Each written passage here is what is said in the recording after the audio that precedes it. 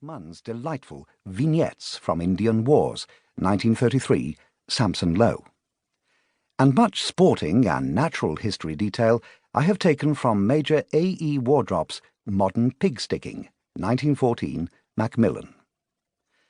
Most notably the incident of the Fusunded Elephant.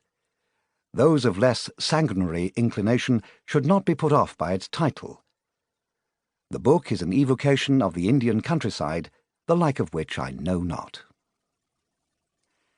As for the whole business of English attitudes to India at the time, I have consulted the usual references.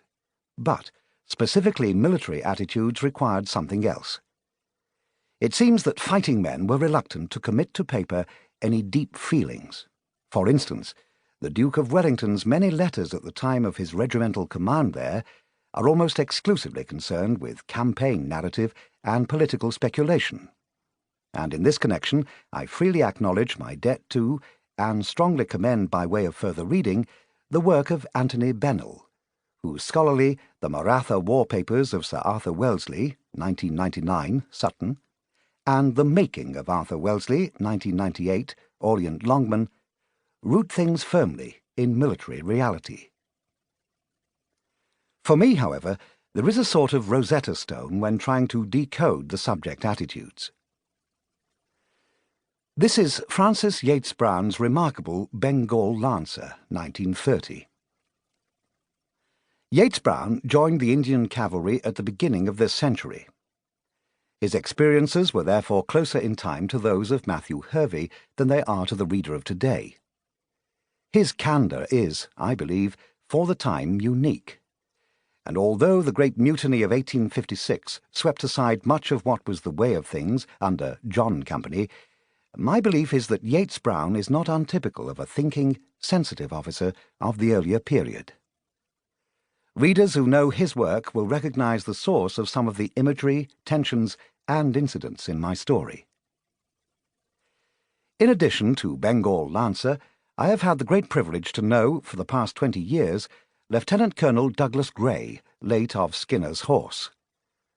His regiment, in Hervey's day irregular cavalry, but later incorporated into the line as Bengal Lancers, was, still is, of unsurpassed romance and efficiency. Douglas Grey, the sole surviving winner of the legendary Kadir Cup, the blue riband of hog hunting, also knew Yates Brown. And during the many, many hours I have spent listening to him speaking of India, I have come to the view that soldiers, horses, and the heat and dust of the subcontinent are a widow's cruise of romance, while, I hope, not forgetting the less romantic side that Kipling so famously portrayed.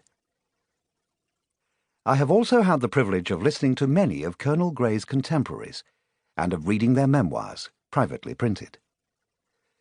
There emerged a picture of the India of 70 years ago, and in my contention, therefore, closer to the time of my story than to now, that was remarkably consistent.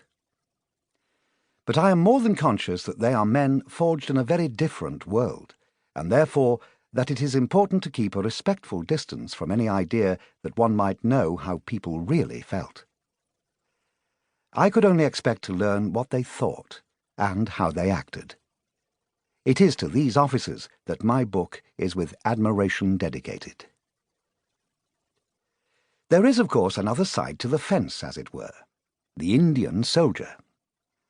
I have had the great good fortune to spend many hours, too, in the company of Colonel, now Major General, T.P.S. Brar, not a cavalryman, but a Sikh officer of the Maratha Light Infantry.